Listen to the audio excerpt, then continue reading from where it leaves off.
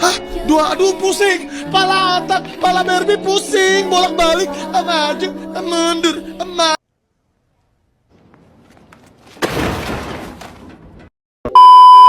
Feel what I'm feeling inside. Oh, and here we go again. Destroy myself to keep. Vivo on.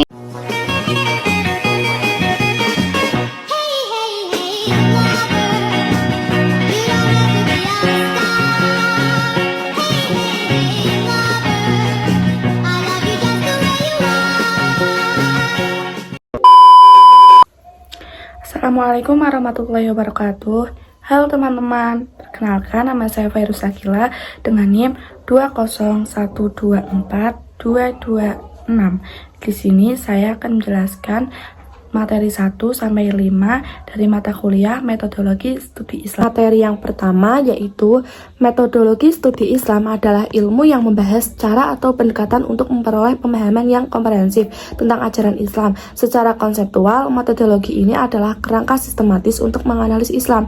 Sementara secara faktual, ia mencakup berbagai metode penelitian seperti historis, sosiologis, dan antropologis. Penguasaan metodologi ini memiliki urgensi dan signifikansi yang besar baik secara akademis maupun praktis. Secara akademis, metodologi ini membantu peneliti menganalisis objek studi Islam, Al-Quran, hadis, dan aspek sosial budaya secara holistik dan ilmiah. Secara praktis, ia sangat relevan untuk mengatasi isu-isu kontemporer, melestarikan nilai-nilai agama, dan mengembangkan kerangka hukum yang adil dan sesuai dengan kebutuhan masyarakat modern. Ruang lingkup studi Islam sangat luas, tidak hanya mencakup ajaran inti seperti akidah, syariah, dan akhlak, tetapi juga merambah ke berbagai disiplin ilmu modern seperti pendidikan, sosial kemasyarakatan, politik, dan ekonomi. Hal ini menunjukkan sifat Islam yang komprehensif dan adaptif. Secara historis, studi Islam mengalami pertumbuhan signifikan pada masa klasik abad ke-7 hingga ke-13. Studi ini mencapai puncaknya di bawah dinasti Abbasiyah dengan lahirnya ilmu-ilmu keagamaan, nakli dan rasional akli, serta institusi ilmiah seperti Baitul Hikmah. Memasuki masa modern, studi Islam berhadapan dengan dominasi Barat, memicu gerakan pembaharuan yang dipelopori oleh tokoh-tokoh seperti Jamaluddin Al-Afghani, Muhammad Abduh, dan Said Muhammad Rashid Ridho. Mereka berusaha menyelaraskan ajaran Islam dengan kemajuan zaman.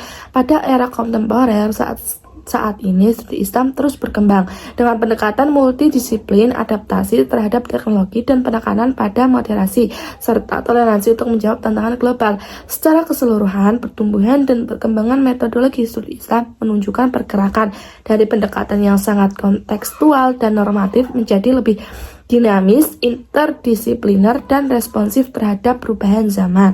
Materi yang kedua yaitu sejarah pertumbuhan dan perkembangan studi Islam di dunia. Apa itu studi Islam? Nah, studi Islam adalah kajian ilmiah dan sistematis tentang ajaran Islam, baik dari segi sumber ajaran seperti Al-Quran dan hadis, pemahaman, maupun penerapannya dalam kehidupan. 3 konsep utama pendidikan Islam menurut Al-Atas yaitu at-tarbiyah, pengasuhan dan pengembangan bertahap. Yang kedua, at-ta'lim, proses transfer ilmu pengetahuan. Nah, yang ketiga, at-ta'dib, pendidikan nilai akhlak dan adab. Islam tersendiri berasal dari kata aslama yang berarti berserah diri kepada Allah. Studi Islam mempelajari Islam sebagai agama, peradaban, dan sistem hidup secara komprehensif. Nah, yang kedua, perkembangan studi Islam dulu dan sekarang. 1. Masa Nabi Muhammad SAW tahun 570 sampai 632 Masehi, yaitu Islam diturunkan, wahyu dimulai. Yang kedua, masyarakat Madinah dibangun dengan prinsip keadilan dan persaudaraan. Nah, yang ketiga, Piagam Madinah jadi dasar negara Islam pertama. Yang kedua, masa Khulafaur Rasyidin tahun 632 sampai 661 Masehi, yaitu penyebaran Islam luas keluar Jazirah Arab dan mulai muncul kebutuhan kodifikasi Al-Quran dan ilmu-ilmu agama. Yang ketiga, masa dinasti Umayyah tahun 661 sampai 750 Masehi, yaitu Islam menyebar ke Eropa dan Asia dan bahasa Arab jadi bahasa resmi, pembangunan infrastruktur dan perluasan wilayah. Nah, yang keempat, masa dinasti Abbasiyah tahun 750 sampai 1258 Masehi. yaitu zaman keemasan Islam, ilmu pengetahuan berkembang pesat, filsafat, kedokteran, matematika, dan lain-lain. Berdiri Baitul Hikmah di Al-Baghdad. Nah, yang terakhir ulama besar lahir seperti Imam Bukhari, Imam Syafi'i, Al-Khwarizmi, Al-Ghazali, dan lainnya. Nah, yang kelima, masa pertengahan, abad 14 sampai 18 Masehi, yaitu terjadi stagnasi ilmu, lebih banyak syarah, tidak banyak penemuan baru. Yang kedua, sains dan filsafat menurun, fikih dan tasawuf lebih dominan. Nah, yang ketiga, muncul tokoh seperti Ibnu Khaldun, yaitu pelopor ilmu sosiologi. Nah, yang ketiga, studi Islam di era modern dan kontemporer. Yang pertama, era modern, abad 19 sampai 20 Masehi, yaitu Islam menghadapi tantangan kolonialisme dan modernitas. Nah, dan muncul gerakan pembaruan pemikiran Islam dan pendidikan. Tokoh pembaru yaitu Jamaluddin Al-Afghani, yaitu persatuan umat Islam. Yang kedua, Muhammad Abduh, Islam dan akal rasional. Yang ketiga, Rashid Ridho, melanjutkan ide pembaruan melalui media. Yang keempat, Sir Syed Ahmad Khan, yaitu pendidikan modern di India. Dan yang terakhir, Muhammad Iqbal, yaitu rekonstruksi pemikiran Islam. Nah, lembaga pendidikan modern yaitu Al-Azhar di Mesir, Al-Ligar Muslim University di India, Muhammadiyah dan NU di Indonesia, IIUM yaitu di Malaysia. Nah, kedua, era kontemporer abad 20 sampai sekarang, yaitu studi Islam berkembang menjadi multidisipliner, yaitu mencakup politik, ekonomi, HAM, gender, ekologi, dan lain-lain. Yang kedua, banyak universitas Islam modern berdiri. Dan yang ketiga, studi Islam dipelajari tidak hanya oleh muslim, tapi juga ilmuwan barat. Karakteristik studi Islam modern, yaitu kritis terhadap tradisi lama. Yang kedua, menggabungkan ilmu, agama, dan umum. Yang ketiga, pendidikan lebih terbuka dan modern. Nah, yang keempat, studi Islam menjadi alat perlawanan intelektual terhadap penjajahan. Nah, kesimpulannya, studi Islam adalah kajian ilmiah yang terus berkembang dari masa Nabi hingga global saat ini. Yang kedua, awalnya fokus pada pelestarian ajaran, lalu berkembang menjadi ilmu multidisipliner yang menjawab tantangan zaman. Nah, yang terakhir, studi Islam hari ini menjadi jembatan antara nilai-nilai agama dan dunia modern, serta memberi kontribusi besar bagi dunia pendidikan. Nah, materi yang ketiga yaitu agama dalam kehidupan manusia. Nah, agama adalah sistem keyakinan kepada Tuhan yang memengaruhi seluruh aspek kehidupan manusia, baik secara pribadi maupun sosial. Fungsi agama bagi individu, yang pertama, petunjuk kebenaran. Akal manusia terbatas dalam memahami kebenaran sejati. Agama hadir sebagai panduan dari Tuhan yang memberikan kebenaran mutlak. Yang kedua, informasi tentang hal gaib. Banyak hal yang tidak bisa dijangkau akal seperti kehidupan setelah mati, surga, neraka, dan makhluk gaib.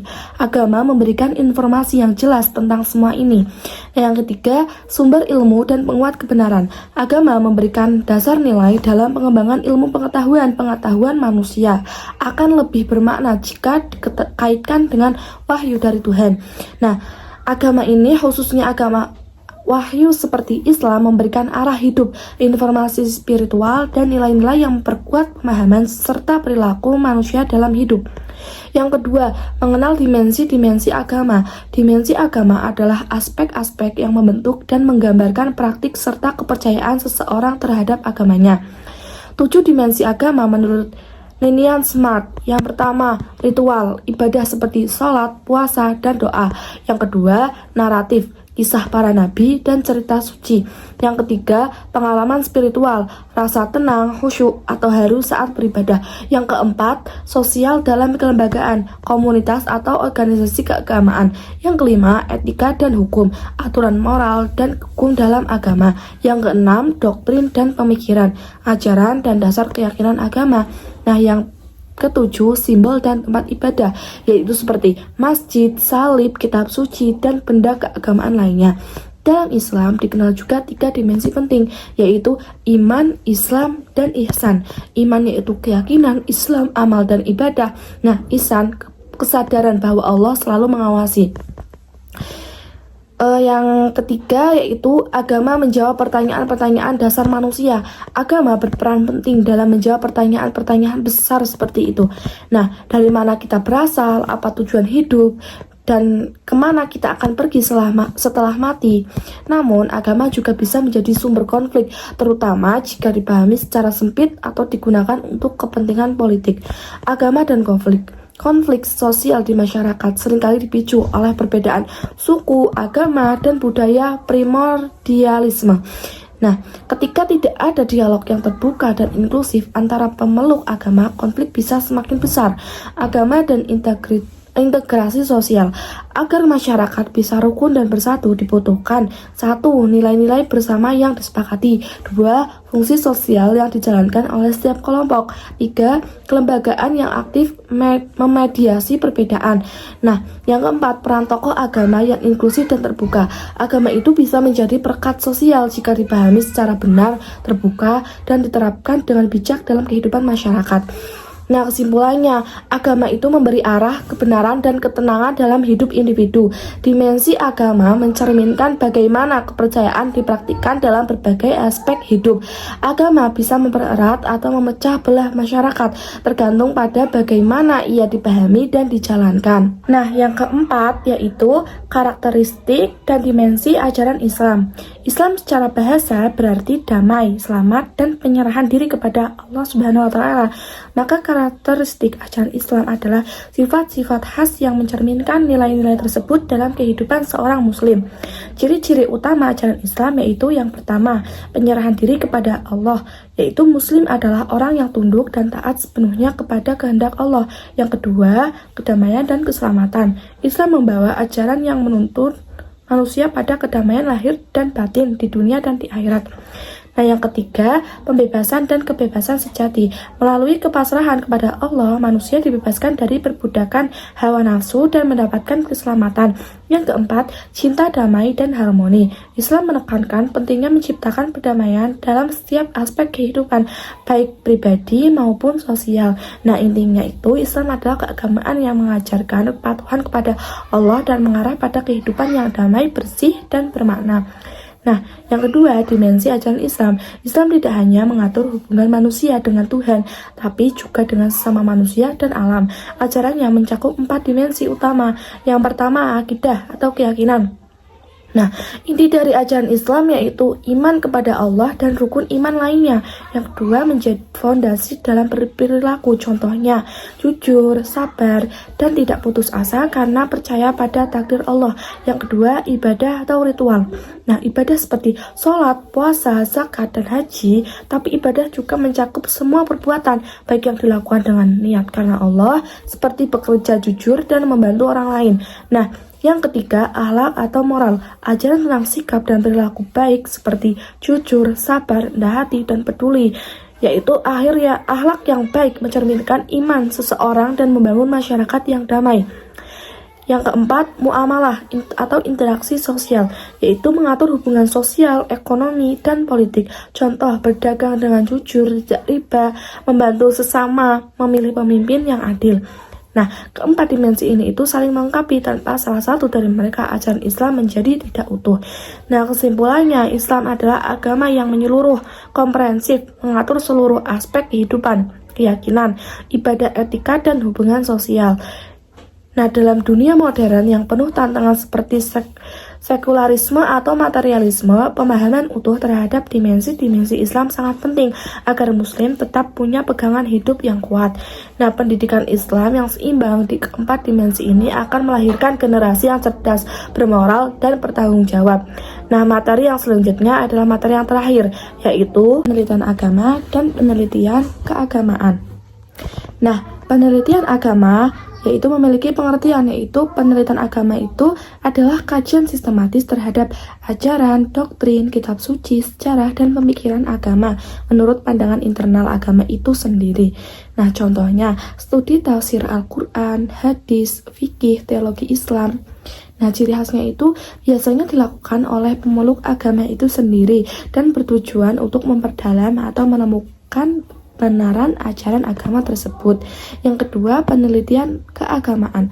Pengertiannya yaitu penelitian itu adalah tentang praktik keagamaan, pengalaman spiritual, dan pengaruh agama dalam kehidupan individu atau masyarakat. Contohnya, studi tentang ritual ibadah, perilaku religius, komunitas keagamaan, pengaruh agama dalam politik atau budaya. Nah, ciri khasnya lebih bersifat empiris, menggunakan pendekatan sosial, budaya, dan psikologis. Nah, perbedaan dan hubungan keduanya. Aspek fokus penelitian keagamaan yaitu ajaran, doktrin, kitab suci. Nah, penelitian keagamaan, praktik keagamaan, dan pengalaman sosial. Pendekatan kalau agama normatif, teologis, tekstual, keagamaan empiris, sosiologis, antropologis. Tujuan agama memahami kebenaran, ajaran agama, keagamaan memahami bagaimana agama dipraktikkan. Pelaksana agama umumnya oleh pemeluk agama itu sendiri, keagamaan bisa oleh siapa saja termasuk peneliti luar. Contoh kajian agama yaitu tafsir, fikih, sejarah nabi, keagamaan, ritual masyarakat, perilaku keagamaan. Nah, hubungan keduanya saling melengkapi. Penelitian agama menjelaskan apa dan bagaimana ajaran agama itu, sedangkan penelitian keagamaan itu menjelaskan bagaimana ajaran itu dijalankan dalam kehidupan nyata. Yang ketiga, model atau pendekatan penelitian agama dan keagamaan. Yang pertama yaitu pendekatan sejarah, mengkaji peristiwa keagamaan masa lalu untuk memahami kondisi saat ini dan solusinya. Yang kedua, fokus pada data faktual, siapa, kapan, di mana, dan mengapa. Yang kedua, pendekatan sosiologi, yaitu mengkaji hubungan antara agama dan masyarakat. Contoh, pengaruh agama terhadap perubahan sosial atau sebaliknya. Yang ketiga, pendekatan sejarah sosial, yaitu gabungan antara pendekatan sejarah dan sosiologi, yaitu mempelajari agama dalam konteks sosial, budaya, politik, dan ekonomi. Yang keempat, pendekatan antropologi, yaitu mengkaji agama sebagai bagian dari budaya manusia, yaitu fokus pada ritual, simbol, dan kebiasaan dalam kehidupan sehari-hari. Yang kelima, pendekatan psikologi, yaitu mempelajari pengalaman spiritual individu, rasa keagamaan, dan pengaruhnya terhadap perilaku. Yang keenam, pendekatan filologi, yaitu meneliti naskah kuno atau kitab suci untuk memahami makna aslinya. Dan penting dalam kajian teks-teks agamaan yang sudah mengalami banyak penyalinan. Yang ketujuh, pendekatan fenomenologi, yaitu berusaha memahami agama dari perspektif orang yang mengalaminya langsung, netral dan berusaha tidak menghakimi, membedakan antara pola umum agama dan pola khusus masing-masing agama. Nah, kesimpulannya itu penelitian agama fokus pada ajaran dan doktrin agama secara mendalam dan normatif. Kalau penelitian keagamaan itu fokus pada praktik dan pengalaman keagamaan secara sosial dan kultural. Penelitian agama dan keagamaan bisa menggunakan berbagai pendekatan tergantung tujuan dan objek kajiannya. Nah, keduanya itu saling melengkapi dan penting untuk memahami agama secara utuh, baik sebagai sistem kepercayaan maupun praktik kehidupan. Nah, sekian materi yang dapat saya sampaikan. Wassalamualaikum warahmatullahi wabarakatuh.